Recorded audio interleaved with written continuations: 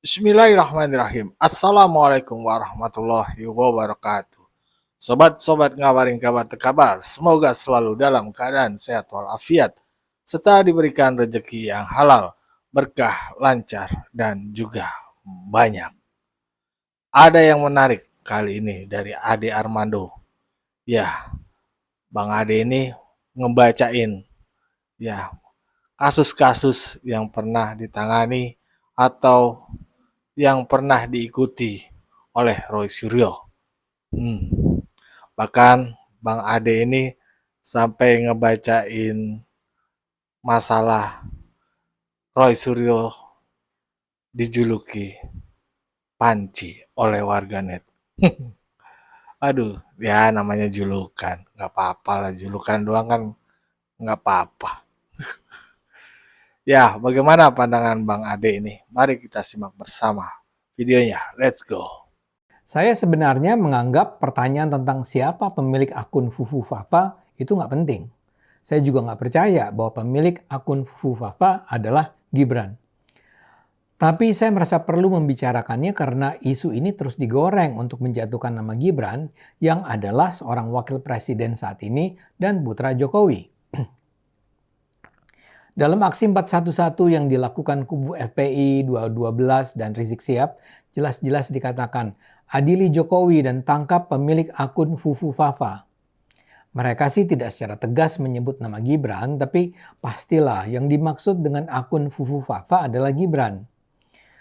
Di berbagai diskusi yang menghadirkan wakil kubu anti Jokowi, pengidentikan Gibran dengan akun Fufu Fafa lazim dilakukan. Buat saya ini sama sekali nggak pantas.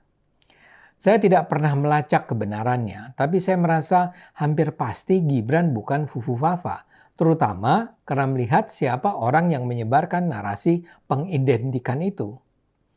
Tokoh utama yang menyebarkan tuduhan Gibran adalah Fufu Fafa adalah tokoh terkenal bernama Roy Suryo. Dia adalah mantan menteri di era SBY dan mantan anggota DPR dari Partai Demokrat. Dalam kasus Fufu Fafa, saya anggap sebagai aktor utama karena kemana-mana mengatakan sangat hampir sepenuhnya pasti akun Fufu Fafa adalah milik Gibran. Dia bilang kemungkinannya 99,9%. Bayangkan, 99,9%. Jadi peluang salahnya cuma 0,1%. Itu pun karena kata Roy, menurut Allah di dunia ini tidak ada yang sempurna. Jadi 0,1% itu sengaja dia cadangkan dengan alasan keagamaan. Margin of error katanya. Tapi dapatkah Roy menunjukkan bukti-buktinya? Ternyata kata Roy secara ilmiah tidak ada. Roy mengatakan pembuktian kebenaran itu hanya bisa dilakukan petugas yang diperbolehkan oleh hukum untuk mengambil bukti dari server. Masalahnya, sampai sekarang tidak ada satupun pihak yang masuk ke dalam server Kaskus dan menunjukkan pada publik bahwa orang yang memiliki akun Fufu Fafa itu adalah Gibran.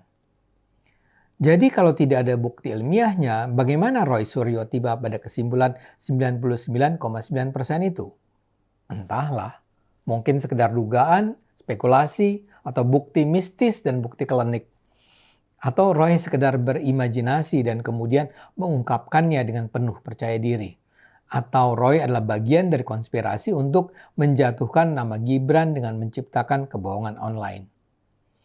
Saya ini pendukung Jokowi, Prabowo, Gibran, Kaisang. Tapi kalau memang ada pihak yang bisa membuktikan bahwa Gibran adalah konten kreatornya Fufu Fafa, saya tidak akan marah-marah membantahnya. Masalahnya Roy dan para pengikutnya tidak sedikit pun bisa membuktikannya. Dan lebih jauh lagi, saya sulit untuk menerima tuduhan itu karena Roy Suryo memiliki rekam jejak yang sangat mengkhawatirkan. Roy ini berulang kali terungkap tidak jujur, bahkan sengaja berbohong dan juga terbukti melanggar hukum.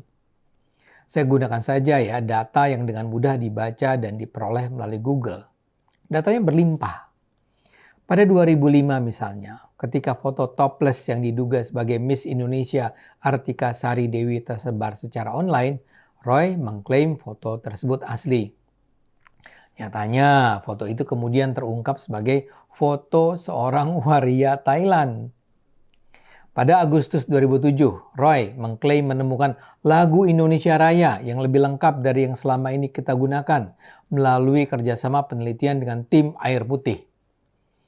Ia juga menyatakan meneliti sekaligus 3 versi lagu Indonesia Raya. Tapi dengan cepat klaim Roy itu dibantah oleh para ahli. Pada 25 September 2008, Roy dihadirkan sebagai saksi ahli telematika dalam kasus tragedi Monas. Tapi kehadiran Roy digugat pengacara Rizik yang menegaskan bahwa latar belakang pendidikan Roy adalah dari Fakultas Ilmu Sosial dan Politik dan tidak ada kaitannya dengan telematika. Pihaknya juga belum pernah menemukan penelitian ilmiah Roy Suryo di bidang telematika.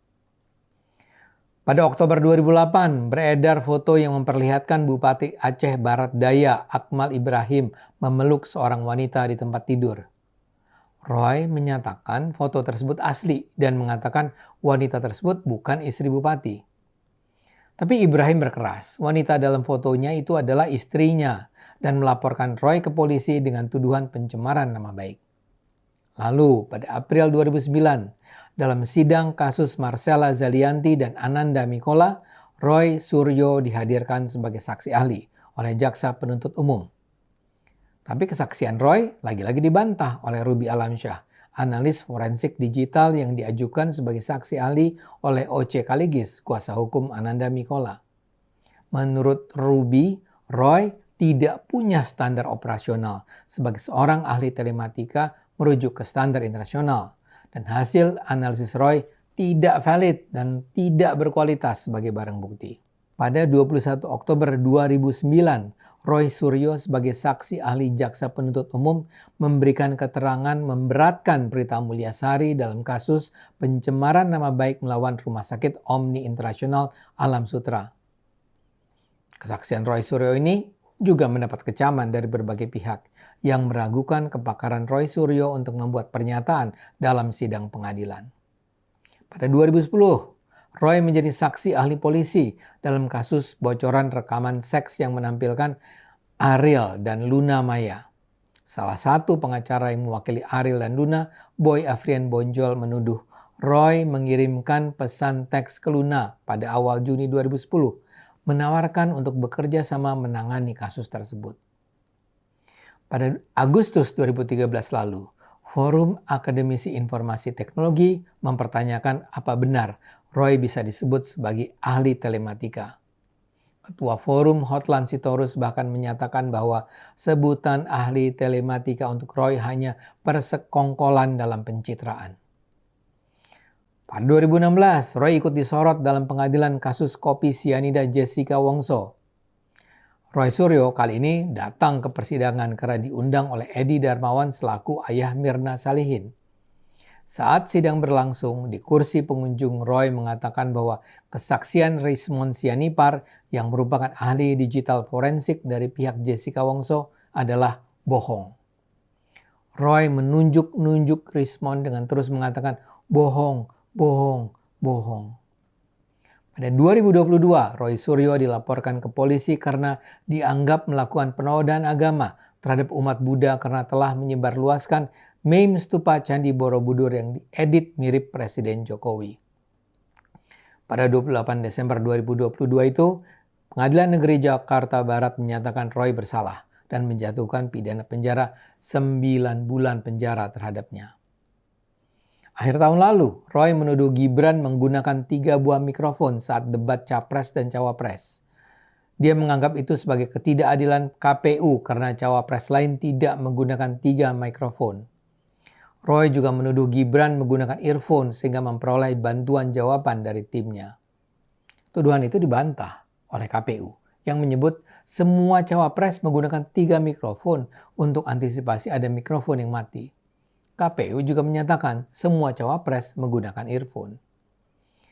Di masa pertarungan menuju Pilpres itu, Roy juga menyatakan tak percaya pada ijazah asli Gibran.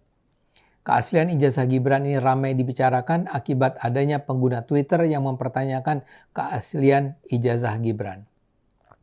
Gibran lantas menunjukkan ijazah kuliahnya di Management Development Institute of Singapore dan gelar yang diperoleh dari University of Bradford untuk menampik isu tersebut. Tapi Roy menyatakan ijazah yang diperlihatkan Gibran ke wartawan bisa saja dibeli karena banyak tempat yang menjual ijazah palsu. Ya, tapi tuduhan Roy itu dibantah KPU yang menjelaskan bahwa ijazah Gibran adalah asli dan sudah memenuhi persyaratan. Oh ya, di luar itu semua ada pula kasus yang disebut Panci Roy.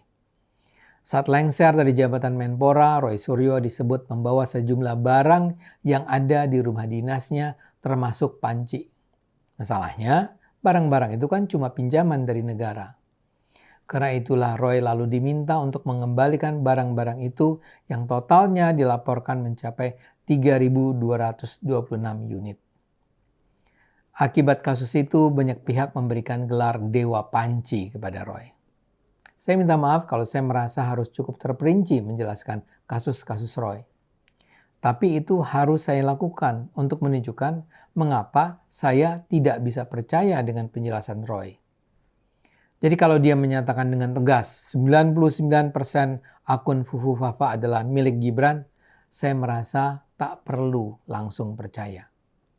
Roy harus mengungkapkan bukti. Kalau tidak, ya maaf saja. Ayo gunakan akal sehat, karena hanya kalau kita gunakan akal sehat, Indonesia akan selamat.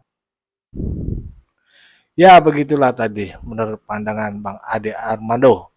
Bagaimana sepak terjang Roy Suryo yang sangat aktif ya di berbagai kasus ya. Dari pornografi atau apa tadi itu. Ya, masalah ya telematika lah. Tapi banyak pakar juga yang mempertanyakan keahlian dari Roy Suryo. Bagaimana nih menurut pandangan sobat-sobat sekalian? Berikan tanggapannya di kolom komentar.